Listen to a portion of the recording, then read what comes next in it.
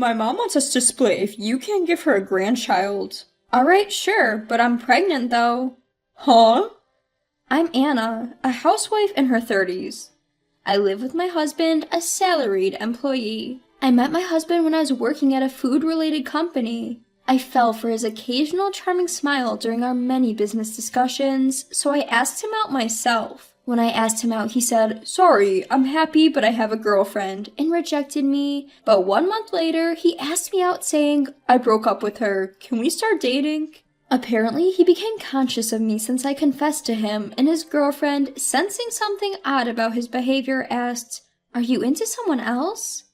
When he nodded, she suggested they break up, and he agreed to end their relationship. I heard about it and felt guilty for ruining their relationship, but he told me, "It wouldn't have lasted anyway, don't worry," with a smile. I was saved by him, and after dating for 3 years, we got married. At that time, he told me, "I want to have children after we get married. Could you be a housewife to support me and our children?" At that time, I was working at an exploitative company and didn't want to continue working there. So, as my husband suggested, I quit my job and chose to become a stay-at-home wife. I decided to support my husband. The transition from working as an employee to becoming a full-time housewife was surprisingly difficult and a continuous series of confusion, but that I didn't let bother me. Because our newlywed life was smooth sailing and I was always at the peak of happiness. Every day was fun and filled with joy.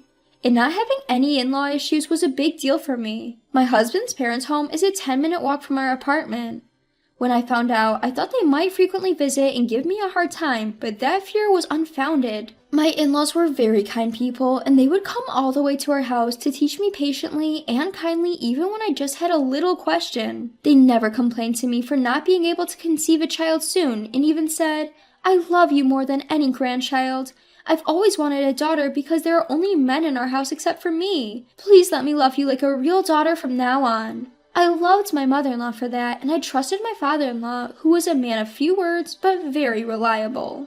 But such warm treatment only lasted for the first few years. As years passed, the attitude of my in-laws changed little by little.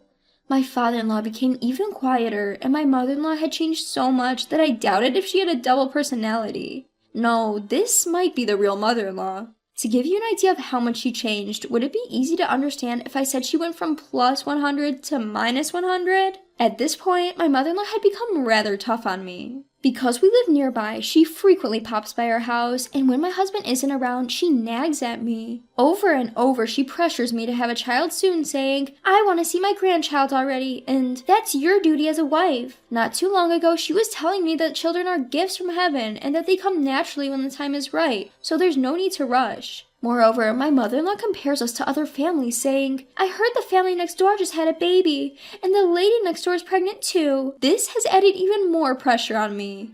However, no matter how much my mother-in-law pushes me to have a child, it doesn't matter if my husband isn't on board. At the beginning of our marriage, my husband did say he wanted kids, but about a year after we got married, he seemed to lose interest altogether. Even when I tried to initiate, he would turn me away, saying, "I'm tired, let's do it some other day," or, "You're bothering me, I'm trying to play my game." Even when I explain this to my mother-in-law, she doesn't seem to understand or empathize, and she continues to pressure me about having a child, causing my stress level to build up day by day. Feeling overwhelmed by my mother-in-law's constant nagging, I confided in my husband about how hard it's been getting pressured to have kids. Then, my husband, although a bit begrudgingly, said, "I don't see the need to rush, but I agreed to make more effort to have a child together." So we both put in the effort, but no matter how long we waited, I never became pregnant. Even throughout this time, my mother-in-law kept accusing me of not putting in enough effort, and even went as far as to spare my husband from any blame. I even started to suspect that the stress from my mother-in-law was affecting my ability to conceive. Unable to withstand the pressure from my mother-in-law anymore, my husband and I finally decided to seek fertility treatments. Just when I thought I could finally breathe a sigh of relief, a new problem arose concerning my husband. Ever since we started fertility treatment, he's been acting cold towards me. He'd come home from work and immediately go into his room to play video games, often ignoring me when I try to talk to him. That alone would have been bearable, but things took a turn for the worse when he started getting angry about me for spending a little money on sewing materials, my hobby. On stressful days from work, he'd take out his frustration out on me. Whenever I tried to argue back, he'd quickly lose his temper and lash out at me, repeating over and over again, "Who do you think is providing for you? You're just a freeloader," and continued to behave selfishly. Even when I remind him that I only quit my job because you wanted me to, he doesn't seem to listen. One day, amidst all the ongoing chaos, my husband, who should have been off to work, was at home playing video games. When I asked, "Aren't you going to work?" he responded, "I quit." Apparently, my husband quit his job without even discussing it with me. Shocked, I asked him why he quit, then he snapped, saying, "Get out of my business," and got angry. Frustrated by his uncooperative attitude, I couldn't help but accept the fact that what's done was done. I wasn't panicking about our finances, as I thought we could live off of unemployment benefits and our savings. However, it became stressful when I noticed that my husband wasn't interested in finding another job. With his job gone, my husband started staying home all day. I wished he would go out more, but his hobby was gaming. Aside from the occasional trip to the nearby convenience store for cigarettes, he was all day at home playing his video games. Compared to when he was employed, the time we spent together dramatically increased. If this was back in the days when we had first started dating, I might have perceived this as a good thing, having more time for intimacy, but not anymore. The amount of time spent together with my husband, who, like my mother-in-law, went from being a plus 100 to a minus 100, only meant more marital disputes. Gradually, we realized that even just talking to each other was becoming stressful, leading to less and less conversation. I began to wonder, what's the point of continuing this marriage? I started feeling the limits of our current lifestyle and started thinking about ways to break free from it. One day, fed up with my husband wasting his time gaming at home, I finally lost my patience and snapped, "You're not a child, stop playing games all the time, find a job already." In response, my husband said, "Speaking of which, my mom told me to divorce you if you can't give her a grandchild." At that moment, I felt grateful to my mother-in-law. Who would have thought she'd assist me in this way? Ironically, I was pregnant at that time. I had confirmed it with a test earlier that day and was planning to break the news that night. But I guess it was right not to do so. This way, I could distance myself from both my mother-in-law and husband. I responded, "All right, got it. Here's the divorce papers," and I pulled out the already filled divorce papers from my drawer and handed them to him. My husband, who was not expecting me to agree to a divorce, let alone pull out filled divorce papers, froze in surprise when he saw them and blurted, "What?" His usual condescending attitude was nowhere to be found. He was completely dumbfounded. While he seemed to want to say something, he was so convinced that he must follow his mom's advice that he signed the divorce papers without much hesitation. During all this, he kept glancing at me to gauge my reaction. After filling out the divorce papers, we agreed to meet later to discuss matters like asset division. However, we had barely any assets to worry about. My husband, in fact, was known for spending a lot on his hobbies. Apart from gaming at home, he seemed to have poured quite a bit of money into gaming arcades. He used to complain about my spending habits, but in reality, he was the one who was reckless with money. The concept of saving was alien to him. My husband, who hadn't saved a penny since his bachelor days, continued this habit after marriage. Consequently, we had accumulated no savings or assets during our marriage. Realizing that we had no property to divide, I thought that our discussions were over. However, my husband insisted that we weren't done yet and pointed out a certain bank book saying, "We still have our savings, right?" Indeed, that account had a substantial amount of savings, and my husband suggested that we divide it. But that savings account was not subject to property division. "This is the money I saved before we got married, so it doesn't count in the property division," I explained. My husband's face grew rapidly pale upon hearing this. Even so, he blurted out, "Oh right, this condo should be subject to property division, right? After all, I lived here too." With a cruel smile, I laid out the harsh truth. "Unfortunately, the condo is under my name, so you have no right to it. Besides, I've already put it up for sale, so you can't live here anymore. You should move out as soon as possible to avoid any inconvenience," I told him. I had been saving up for a larger home in the future, predicting that the condo would become too small. Before marrying my husband, I enjoyed saving money, and even as a salaried employee, I had managed to accumulate a significant amount of savings. With those savings, I had even bought this condo during my single years, so I did have some wealth to my name. With the funds from selling the condo, I could even build a decent house downtown. Of course, all those assets belonged to my pre-marriage life and were not subject to this property division. My husband seems unaware of this, though. He must have thought he would get half my assets, but how unfortunate for him. Upon learning that he wouldn't be part of the property division, my husband was in a state of shock. We continued to talk, but he couldn't shake off his daze. As there was nothing more to discuss, the conversation ended quickly.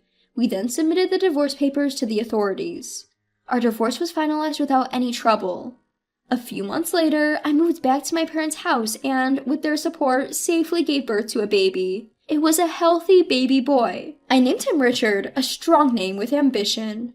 Now, I'm spending every day fulfilling my life with my beloved child and parents. Of course I haven't told my ex-husband. I'm sure if he found out, my former mother-in-law would storm in demanding, "Give me my grandchild." Meanwhile, after being ousted from the condo, my ex-husband returned to his parents' home. However, he was apparently so shocked by how quickly they accepted our divorce that he became turned into a social recluse. I've heard that even when he rarely goes out, his appearance is so suspicious that he's frequently stopped and questioned by the police. How pitiful he is. I heard later on that the reason my ex-husband quit his job was due to strained relationships at work. Apparently, he was even rude at work and especially disliked by female colleagues. He eventually got ignored by everyone. Unable to bear such a situation, he abruptly quit his job one day. Perhaps he's always been this way. He only acted kind in front of me. What a wolf in sheep's clothing. 3 years later, I'm now working as the manager of a craft store. When I became a regular at a local craft store, the owner approached me. "I'm getting old and thinking about retiring. If you're okay with it, could you take over the store, Anna?" she proposed. At that time, my parents were very supportive with childcare, so I had a lot of free time. I was considering getting a job again. And if I declined, this store would disappear. That would be inconvenient for many regular customers. So, with these thoughts, I decided to take over the store. Today, as I was serving occasional regular customers, a pair of unexpected guests paid me a visit. Yes, those unexpected guests were none other than my former mother-in-law and ex-husband. "Well, this is quite a nice shop for you, isn't it?" "Sure, Mom. Look, this fabric seems like it'd suit you." Fed up with their transparent flattery, I asked, "So, what brings you here?" Then my former mother-in-law comes out with something unintelligible. "Give me my grandchild back." Apparently, she had somehow learned that I had given birth and was intending to make my child the heir to their family home. "When I brought up divorce, you were already pregnant. Why did you keep quiet? If I'd known, I wouldn't have divorced you." My ex-husband started accusing me. Obviously, I wanted the divorce. If you knew I was pregnant, you would have done anything to prevent the divorce. I shot back at my ex-husband and former mother-in-law. Then, my former mother-in-law starts talking nonsense again. "So, are you going to give me my grandchild back or not? I want to live with my grandchild as soon as possible. You've had your time with him. You've been with him for 3 years, now give him to me." Just as I was flabbergasted, my parents and my son Richard appeared and asked, "What's going on? Is there a problem?" It seems they had been alerted by a regular customer and came rushing over. Then, seeing Richard holding hands with my parents, my former mother-in-law exclaims, "Oh, how adorable! He looks just like my son when he was a child. Look, I'm your grandma." She tried to approach Richard.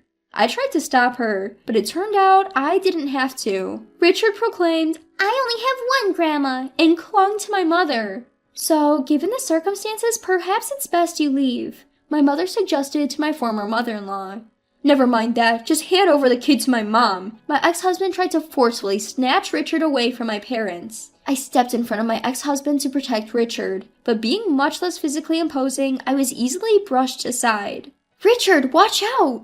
There were just a few inches left before my ex-husband could grab Richard's arm. But then, my ex-husband flew in the air. What? Looking up, there was my father having just executed a perfect over-the-shoulder throw. Yes, my father had thrown my ex-husband at the very last moment. Turns out my father was a police officer and his judo skills were so good that he had competed in national championships in his student days. My ex-husband, who knew nothing of this, was unable to utter a word from the pain and could only look at my father with a pitiful expression. "Well then, if you plan on causing any more trouble for my children or grandchild, we may have to involve the authorities. What will it be?" My father asked, showing his police badge to my former mother-in-law. Seeing this, my former mother-in-law, her face pale, grabbed my ex-husband's hand and fled. Since then, I've had no idea what became of my former mother-in-law and ex-husband. Not that I want to know, of course. A few years later, inspired by my father, Richard started aiming to become a police officer himself. When I grow up, I'm gonna be a cop too, and I'll protect you as well, he'd say, and is now focusing hard on his studies to become a police officer. Nowadays, he's practicing judo under my father's guidance, and I hear he's unmatched among his peers. As for me, I will continue watching over my beloved son as he grows.